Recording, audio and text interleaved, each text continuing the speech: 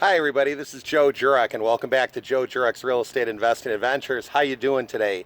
Where the heck am I at this week? I'm in hot and sunny Phoenix, Arizona. Believe it or not, on the car today it said it's 115 degrees.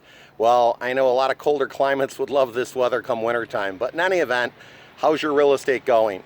Are you out there making it happen? Are you out there doing the things that you need to be doing? Is your market as hot as the Phoenix market is right now, the temperature at 115 and sunny? The thing I want to let you know is no matter how hot your market is, if you get out there and you make it happen, if you do all the right things, if you look at a lot of properties, generate a lot of leads, make a lot of offers, you can get some deals done. Often as I travel the country, sometimes people say, well, my market's not as hot or popular as another market, and I understand that. But I think a lot has to do with the effort you maybe put into things. So get out there, make it happen, believe and achieve. Take care. Bye-bye.